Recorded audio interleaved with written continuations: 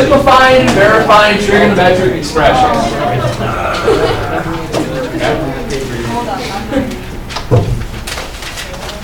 14.3. No, it's this. Yeah, I think this is Algebraic proofs. I'm not gonna lie. If you this kind of mirror, it's just kind of like algebraic proof. Okay? It's not a fake thing. It's a real thing. It's algebraic proof. It's simplifying and verifying trigonometric identities. So we have our trig properties.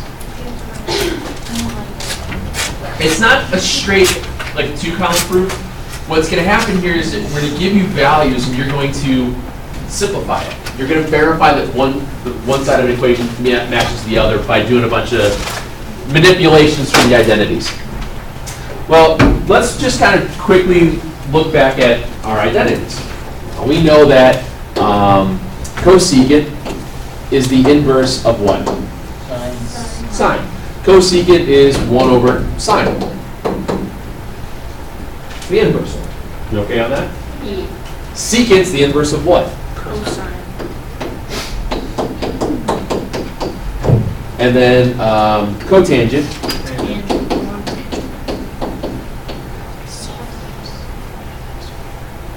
Now, when you're dealing with ratios like this, fraction equal fraction, remember that you can exchange the values that are diagonal from one another and still have a true fraction. For example, isn't 1 over cosecant sine? Isn't 1 over secant cosine? And then 1 over cotangent is tangent. I did something kind of literal, or try to see if you guys notice that I did something here. Notice I started writing with an X and then I kind of stopped. Yeah. It's okay. You don't need to. All right. It's a fault of mine that I get lazy and I forget to put an X value in every once in a while, especially with this unit, because each one of these properties, every time you write down cosecant or sine or something like that, it's always implied that it's the same value of X that's next to it. None of these properties work if one of the X values is 30, the other one is 16. It won't work. X value stays constant, so the angle values, no matter what, always stays constant. It's always going to be the same measure. That's why I don't even bother writing it, because it just gets messier. My handwriting's crummy enough, all right? In terms of sines and cosines, how can you write tangent as sines and cosines? Sine over cosine. Good. So we also know that tangent is sine over cosine. And then therefore cotangent is what? Cosine over sine.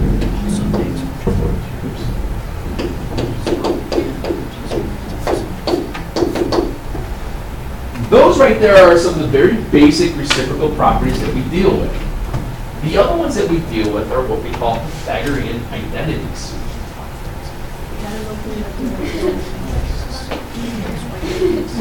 What? Oh. Are we gonna have a giant test of this? Didn't you say you were gonna do that? Or? Yeah. Oh, It's- no. That's kind of. Maybe like No. Like, So, hold on.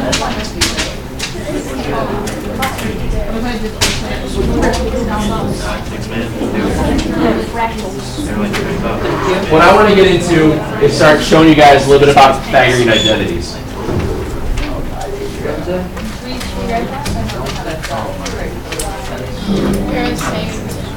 Now, what I wanted you guys to see is Pythagorean identities, and I want to show you why it works. Sine squared plus cosine squared equals 1. If you go to your unit circle and you place a theta, to find r, isn't it you're using Pythagorean theorem? Now remember, when you place theta in the unit circle, your opposite is the sine value. Your adjacent is your cosine value. So sine squared times cosine squared always equals 1, because what's the radius of the unit circle? 1. That's how this works. That's why this works. Because of all that stuff we were working on in the unit circle for x over r's, y's over r's, things like that. Right? What I want you guys to see, though, when you're dealing more with this, is that not only do you have what we call our Pythagorean identities, but I can manipulate those equations to solve for each individual value. For example, if I want to get sine by itself, what does that have to equal? 1 minus cosine squared. And I can do the same thing with cosine squared.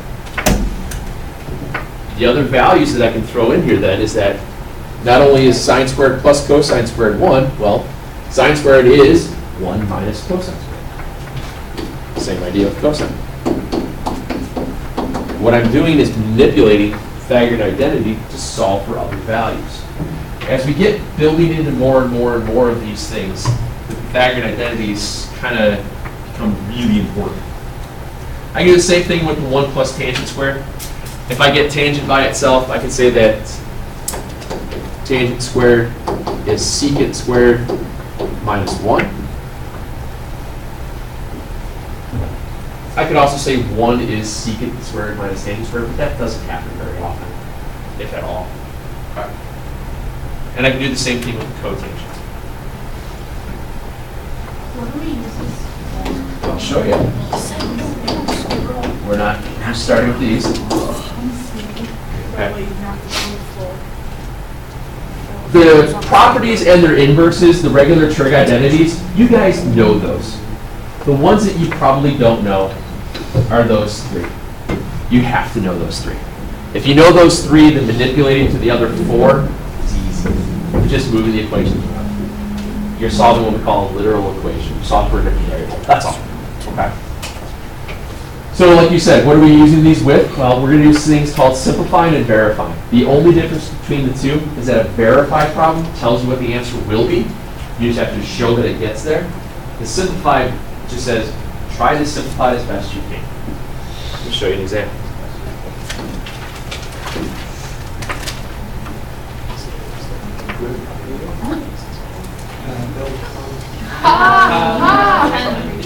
It's kind of creepy now, yes, now it's after all those, but before it was funny. This is a video you should watch. It was made, it's like. It's uncomfortably funny now. I think of Bill Cosby. And So this is sine of b, Is this your room? That's No. his name. sine of b divided by the tangent of b is cos b. This is what we would say. This is. Anyway, basically this is saying this. Sine over tangent equals cosine. This is what a verify problem looks like. It tells you what one side of the equation is, and it tells you what your answer should be. So you kind of know what it needs to look like in the end. All right? So here's what we do. You have sine divided by tangent, and you have to make it equal cosine. Well, what I want you guys to start thinking about is, what does it mean to divide? Ratio. The thingy, the ratio, okay, it's written. Is this the same as saying sine over 1 times 1 over tangent? Equals cosine of 1.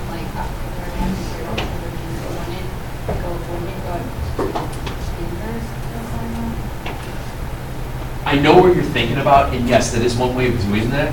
This way is much cleaner. All right, trust me on this one. Yeah, don't think of that. What you're doing, it's fine. I've had another kid do that earlier today. If you did it that way, it will work. It's just so much messier. No, it's not backwards. It's just. I'll show you. If you want to see it, I'll show you how it works. But it's no big. What you're doing, if you do it that way, you'd wind up with 1, 2, 3 fractions all put together into like a big monster thing. It works. It's just. All right. See what I did here? Instead of saying sine divided by tangent, I said sine times 1 over tangent. Same thing as thinking about dividing by 2 is the same thing as multiplying by a half. Means the same thing. Tangent, cotangent. Correct. Now what I'm doing next is, I know that 1 over tangent is cotangent, so it's sine times cotangent. Cotangent, therefore, is what over what? Cosine over sine. Good.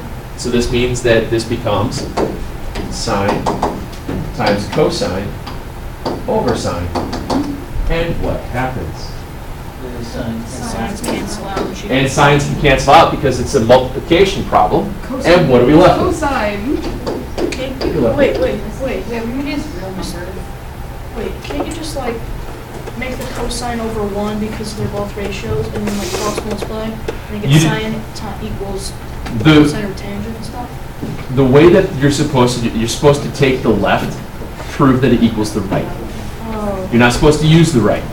okay. Okay? You start with the left side and make it equal the right side. Oh, that makes sense now. Okay? I got lost with where you got the cotangent from. 1 over tangent. 1 over tangent is cotangent. Okay? That's what a verify looks like. Verify, it's going to tell you what it should look like at the end. You have to make it get there.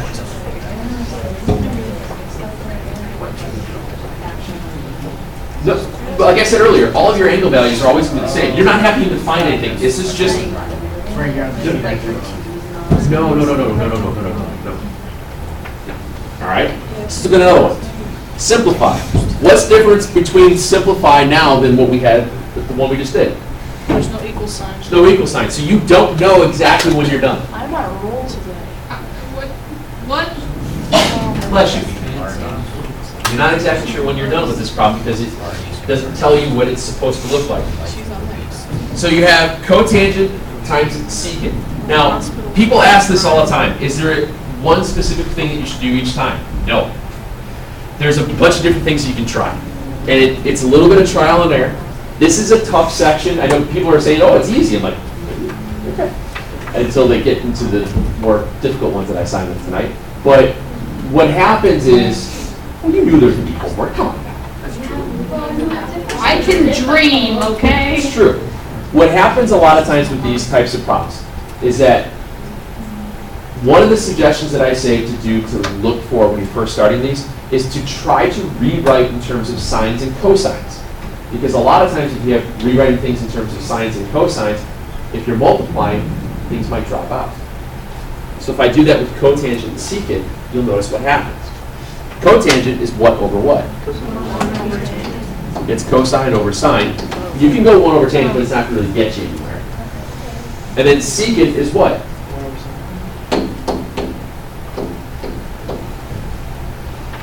Cosine over sine squared. What happens? Cosine cancel out. Cosines drop out. You get 1 over sine, which is cosecant. And you're done. So you're just trying to get it down to We just turn that. Try to get it done as much as you can. Okay? What's up, Auntie? Okay. Does that mean cotangent times secant automatically is cosecant? We can like assume that from now on, or do we have to just? You don't want to just assume it right off the bat. It's like I said, Clay. Each one of these is going to be a little bit different. You're not going to. You might not see another cotangent times secant problem for a long time. Okay. All right. Now, the difference between this one and the second one is that the second one has that plus in between it. A lot of times when you see 1 plus something or minus 1, that's when you have to start thinking about those Pythagorean identities. Does one of those work? Can I replace it with one of those? That's kind of like a little trick to look into. If you see 1 pluses or 1 minuses, you kind of look at your Pythagorean identities. So 1 plus cotangent, what can that be rewritten as? Cosecant squared. Cosecant squared. So here's what I do. I have sine times cosecant squared. Is that Cosecant squared is the inverse of what? 1 over sine squared? This is the same thing as saying sine over 1 times 1 over sine squared. 1?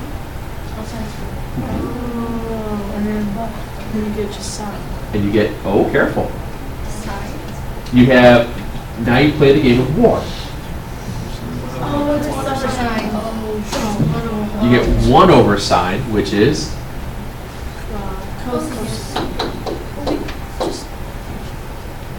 Oh, that, I get Why? This just makes so much more sense now. yeah, this one. Pythagorean identity, 1 plus cotangent squared is cosecant squared. So you don't get the one that we can look at. There's a lot of little things you gotta look for. When you see, like I said earlier, 1 plus cotangent squared is cosecant. What we're doing here is a lot of substitution. We're substituting in back and forth, left and right, for all these. So did you put that to get the 1? You gotta know. Yeah. So did you put them to get the 1 over sine squared? What's up?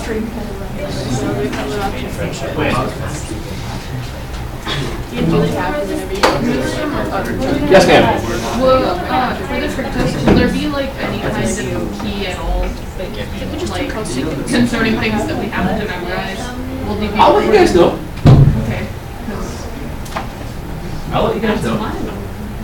We got time still. I don't know when that's gonna be. I haven't quite figured it out. Another one. I want to verify that if I multiply those three things together, that it equals 1.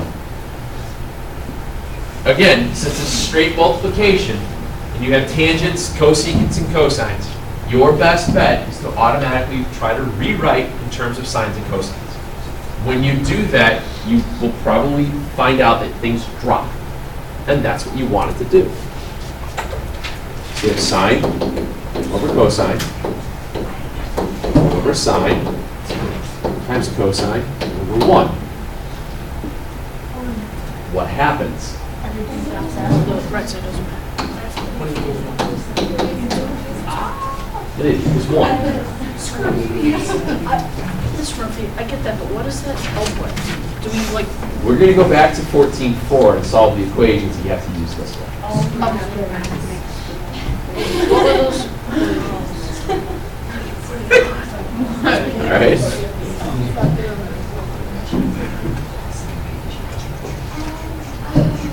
Verifies. This is where it gets to be a little bit trickier. You have cotangent squared divided by cosecant, and I want to verify that it equals cosecant minus sine. Here's a nice little hint. Notice how you start with a fraction, and then it ends with a subtraction symbol, Square, right? which means that you probably had to use a Pythagorean identity. Because Pythagorean identities have ones, they have 1 pluses, they have 1 minuses. So you might want to try to work with Pythagorean identity. That's kind of like your key, if you will. If you see that a problem starts with a fraction and it ends with subtraction, or it starts with subtraction and ends in a addition, or it ends in a fraction, go that route. But It made a rhyme. I did it earlier too, and I was a man of action. And I didn't get any satisfaction. Wait. I like that reaction. You're trying too hard. I am. So here's what I want to do. Cotangent squared, to rewrite that as a Pythagorean identity, cotangent squared was what? Cosecant squared minus 1. So I get cosecant squared minus 1 all over cosecant. Right now, the numerator has the common denominator cosecant. Do you agree? Yep. So let's write it as 2 fractions. Oh, now I get what Madeline and Jasmine I get it. Didn't I just pull it apart? It still had the common denominator, just wrote it as 2 separate fractions. I'm working backwards from common denominator. So what's cosecant squared divided by cosecant? Cosecant. We played the game before. And what's 1 over cosecant?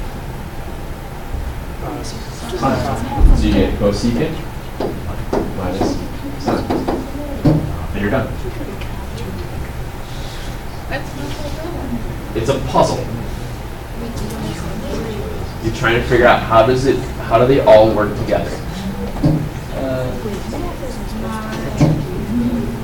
Oh, did you just rewrite the, Okay, this must be sense.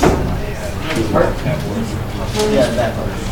I just simplify cosine squared and cosine squared. Okay. And I go through that. On the left. 1 over cosecant is, there you go. But you can't, I don't know how to say it, other than like collapse back into this What happened on the left side of that fraction there, when I start dropping out, you have cosecant squared over cosecant. It's an x squared over x. Too big. That's, yeah, it's another trick here. Here's another weird one.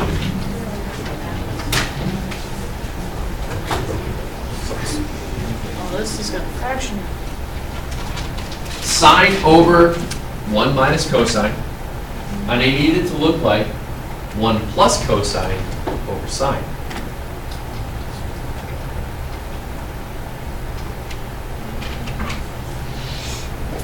Now,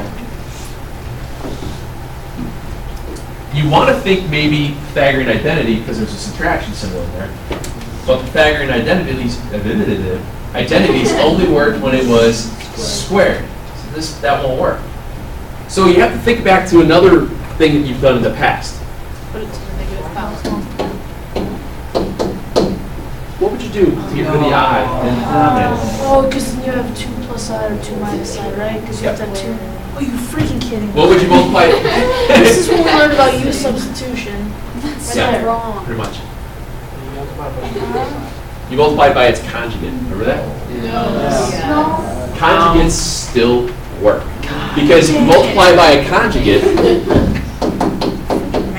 Oh, I remember now. what does that equal? 1. 1. So what I'm doing is I'm multiplying by a factor of 1 to change the shape, to get rid of, to move things around. So watch what happens. You take your sine over 1 minus cosine. What would be the conjugate of 1 minus cosine? 1 plus cosine. Oops. Now remember, when you multiply by conjugate, you created a difference of squares. Remember that? So you had, no. If you FOIL it out, you would wind up with 4 plus 2i minus 2i minus I squared. The middle terms, other way around. If you FOIL this out, you wind up with 1 plus cosine minus cosine squared.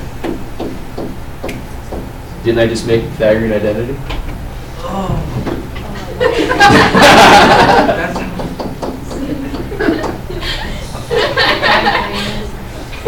Oh, this is so slick.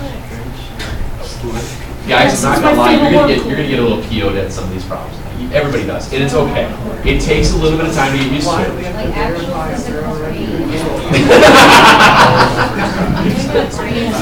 Now, I'm not done yet. What's 1 minus cosine squared? Sine squared. So now you get, Separating the Are you freaking kidding me? and what happens? Like, how much And time then you're do you have to sit down and just figure this all out? What person created Then you're this? done. What's that? What person just sat down and thought, hey, Somebody maybe I named can figure out Pythagoras. random stuff? No, because we verified it, because that's what we wanted it to look like. Way back at the beginning, we wanted it to look like that, so we just did. Why do we need to though? No, always go left side.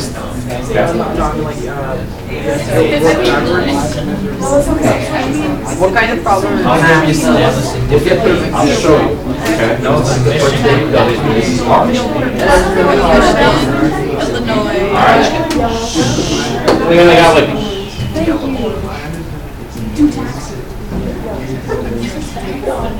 Simplify it.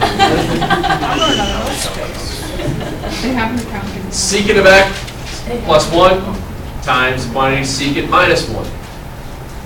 All divided by tangent.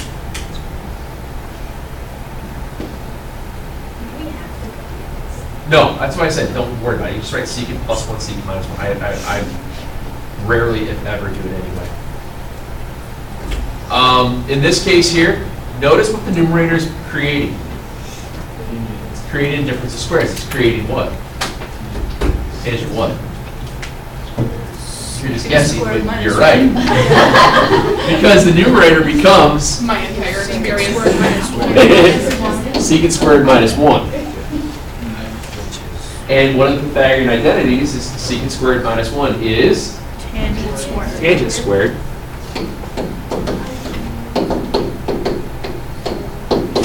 And what's tangent squared divided by tangent?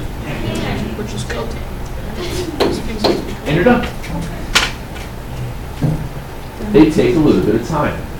We will use some of these properties with some of the more difficult solving equation ones. Okay. I'm going to do...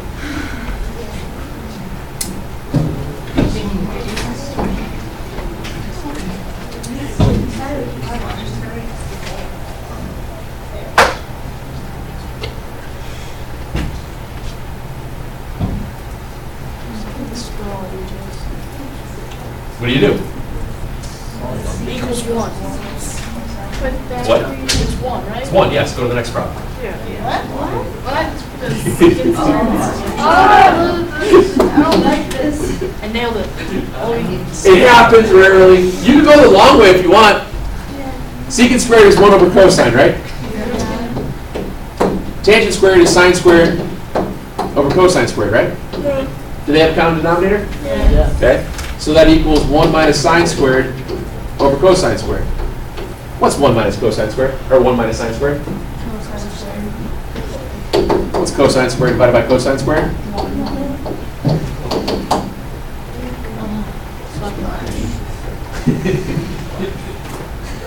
I love these. I hate these. They're fun. It's proof. It's good for you. I feel like these are harder than logic. I'm just gonna go home. 2 minus the secant squared of x, and you want to verify that it equals 1 minus the tangent squared of x. Where's this 2 coming from? I don't know. We don't use 2s though. You're right.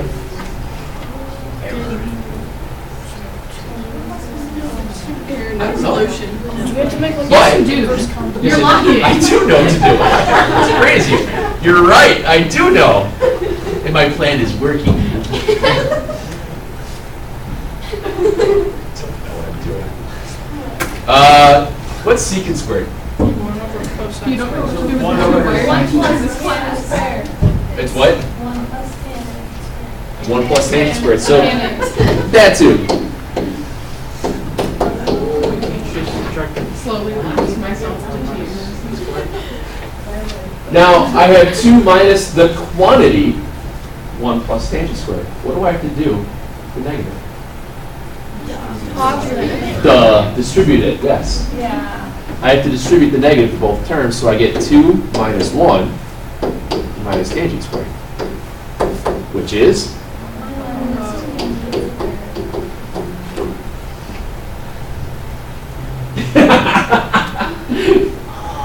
Your face on that, look on that one. That was awesome.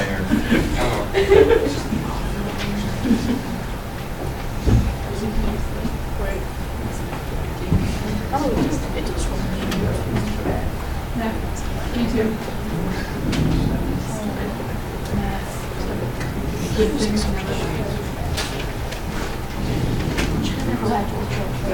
Sorry.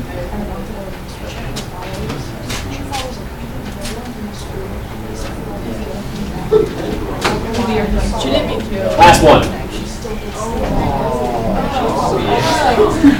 I find it's like I don't know what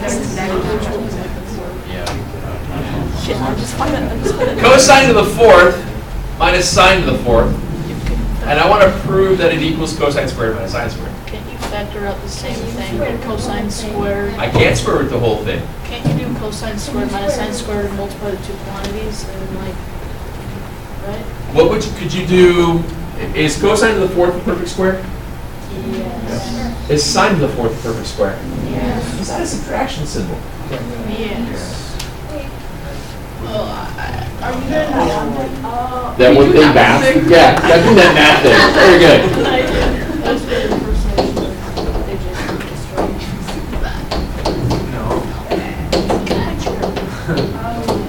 It's a hall's pass. Isn't it a difference in squares? Yes, yeah, that's the thing I was talking about. That's the thing? Yeah, you're right. What's cosine squared plus sine squared?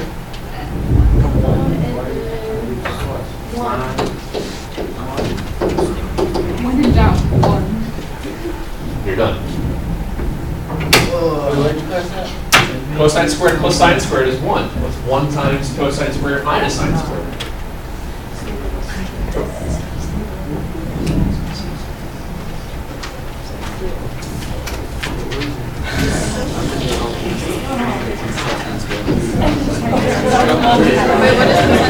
He's so happy about this, like.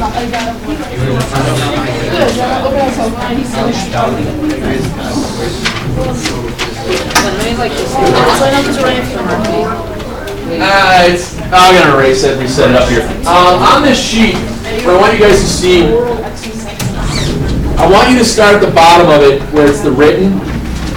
I want you to do 1 through 18 on the written. And then the verify portion, I want you to do 31 through 34. I want you to do 1 through 18 on the bottom of it where it says the written exercises. And then I want you to do 31 through 34 on the verify, on the second side over there. Okay? I want you to do those 2 groups. As you get going on that first bit of 1 through 18, it becomes really fast once you start going. We start doing some of the ones you have a lot more of the fractions and the common denominators and multiplying. They get to be a little bit messy. Okay? Well, it better be okay.